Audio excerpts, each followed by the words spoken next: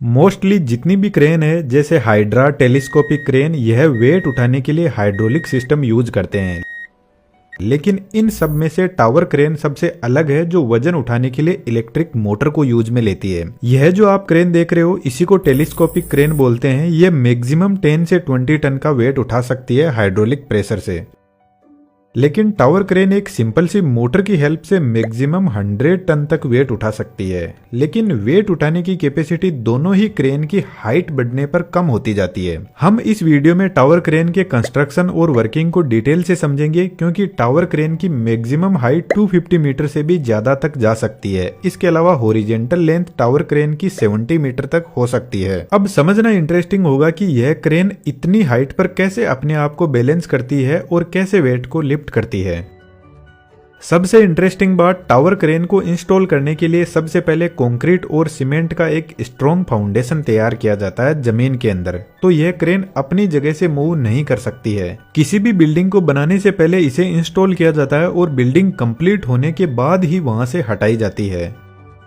Foundation तैयार करने के बाद टेलीस्कोप क्रेन की हेल्प से क्रेन को बिल्ड किया जाता है। मेन टावर के एक एक ब्लॉक को उठाकर एक के ऊपर एक को सेट किया जाता है। यह जो ब्लॉक है इनको मास्ट बोलते हैं। लेकिन अभी मैंने बताया कि टावर क्रेन तो 250 मीटर से भी ज्यादा हाइट तक जा सकती है, लेकिन टेलीस्कोप क्रेन तो इस टावर क्रेन को 15 से 20 मीटर तक ही बिल्ड कर पाएगी और इतनी ही हाइट पर क्रेन को पूरा बिल्ड कर देगी। उसके बाद में टावर क्रेन खुद अपने आप की हाइट को बिल्डिंग की हाइट के साथ साथ में बढ़ाती जाएगी। सबसे पहले हम टावर क्रेन के ऑपरेशन को समझते हैं, उसके बाद में यह कैसे अपनी हाइट एडजस्ट करती है उसको भी डिटेल से समझेंगे। टावर क्रेन कुछ इस तरीके से टर्न कर सकती है और क्रेन को टर्न करवाने के लिए यहाँ पर powerful slip ring induction motor लगी रहती है। स्लिप रिंग इंडक्शन मोटर की खास बात है, जरूरत पड़ने पर मोटर के टॉर्क को एक्सटर्नल रेजिस्टेंस की हेल्प से बढ़ाया जा सकता है, जिससे क्रेन और ज्यादा पावरफुल बन जाएगी। यहाँ पर यह जो बड़ा गियर लगा है जिसके ऊपर पूरी ऊपर की क्रेन रोटेट कर रही है, इसको टर्न टेबल बोलते हैं। अब यहाँ पर लगी मोटर क्रेन को कितना ही रोटेट करवा सकती है। तो क्रेन 1.5 राउंड कंप्लीट कर लेती है तो यहाँ पर एक लिमिट स्विच लगा रहता है जो मोटर को बंद कर देता है, क्योंकि क्रेन अब ज्यादा रोटेट करेगी तो इलेक्ट्रिसिटी की सारी केबल्स टूट जाएगी।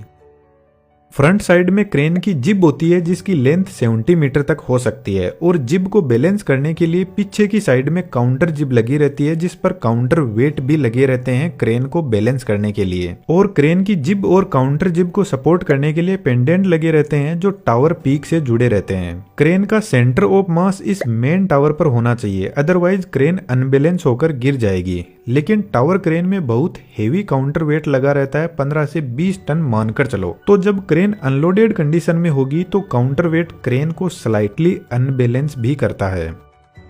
क्रेन की जिब पर एक ट्रॉली लगी रहती है जो जिब पर लगे ट्रैक पर आगे पीछे मूव कर सकती है। ट्रॉली में टायर लगे रहते हैं जो ट्रैक पर कुछ इस तरीके से चलते हैं। ट्रॉली को आगे पीछे मूव करवाने के लिए एक मोटर लगी रहती है। यह मोटर ड्रम को रोटेट करवाती है और ड्रम रोप की हेल्प से ट्रॉली से जुड़ा रहता है। यहाँ पर रोप का मैकेनिज्म थोड़ा अलग टाइप का होता है। इस ड्रम के ऊपर 2 रोप होती है। जब एक साइड की रोप ओपन हो जाती है तो दूसरी साइड की रोप ड्रम के ऊपर कलेक्ट होती जाती है। रोप का मैकेनिज्म कुछ इस टाइप का होता है। एक साइड की रोप इधर से जाते हुए ट्रॉली से कनेक्ट हो जाती है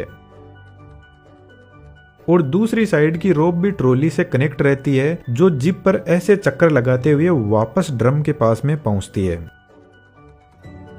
तो जब ट्रॉली आगे की तरफ जाएगी तो यह वाली रोप ट्रॉली को आगे की तरफ पुल करेगी और ड्रम पर कलेक्ट होती जाएगी और दूसरी वाली रोप ओपन होती जाएगी। जब ट्रॉली पीछे की तरफ आएगी तो अब की बार यह रोप ड्रम पर कलेक्ट होगी। अब क्रेन का ऑपरेटर इस केबिन में बैठा रहता है तो उसको एक्चुअल में सही से दिख नहीं पाता है कि ट्रॉली कितनी दूर चली गई है। कहीं ऐसा ना हो जाए कि ट्रॉली लास्ट में जाकर टकरा जाए, इसलिए ड्रम के पास में एक लिमिट स्विच लगा रहता है। तो जैसे ही ट्रॉली लास्ट पॉइंट पर पहुंचती है तो लिमिट स्विच एक्टिवेट हो जाता है और मोटर को बंद कर देता है। तो एक बात तो आप शायद मानते होंगे कि एनिमेशन से कंसेप्ट समझना आसान होता है और अभी का जो डिजिटल वर्ल्ड है वह स्किल्स का है, जिसके दम पर बहुत कुछ किया जा सकता है और ऐसा ही 3D एनिमेशन में है। यदि आप भी ऐसा एनिमेशन सीखना चाहते हो तो हमारे बेहतरीन 3D एनिमेशन के कोर्स को ज्वाइन कर सकते हो। कोर्स की फी हमने आपके फोन रिचार्ज के बराबर ही रखी है ताकि हर कोई आसानी से सीख सके। डिटेल्स डिस्क्रिप्शन में अवेलेबल है और हमारा आपके लिए फुल सपोर्ट रहेगा। अब वापस टॉपिक पर आते हैं। ट्रॉली के अंदर 2 पुली लगी रहती है जो वजन उठाने वाली रोप को हैंडल करती है। यह रोप नीचे हुक के पास में लगी हुई पुली से कनेक्टेड रहती है और होस्टिंग यूनिट के लिए एक ही रोप होती है। होस्टिंग यूनिट क्रेन के काउंटर जिब में पीछे की तरफ लगी रहती है।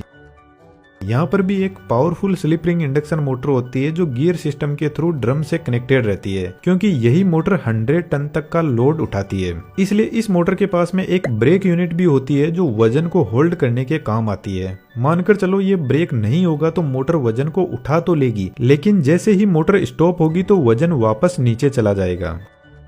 होस्टिंग रोप टावर पीक से होते हुए मास्टर पुली तक पहुंचती है। इसको मास्टर पुली इसलिए बोला जाता है क्योंकि इसमें कुछ ऐसे सेंसर लगे रहते हैं। जब क्रेन ओवरलोड होती है तो वेट का लोड इस पुली पर भी पड़ता है, जिससे क्रेन को ओवरलोडिंग से बचाया जाता है। यहाँ से रोप जाती है ट्रॉली की पुली के पास और यहाँ से होते हुए हुक के पास पहुंचती है और वापस ट्रॉली से होते हुए जिब के एंड पॉइंट पर रोप को परमानेंटली टाइट कर दिया जाता है।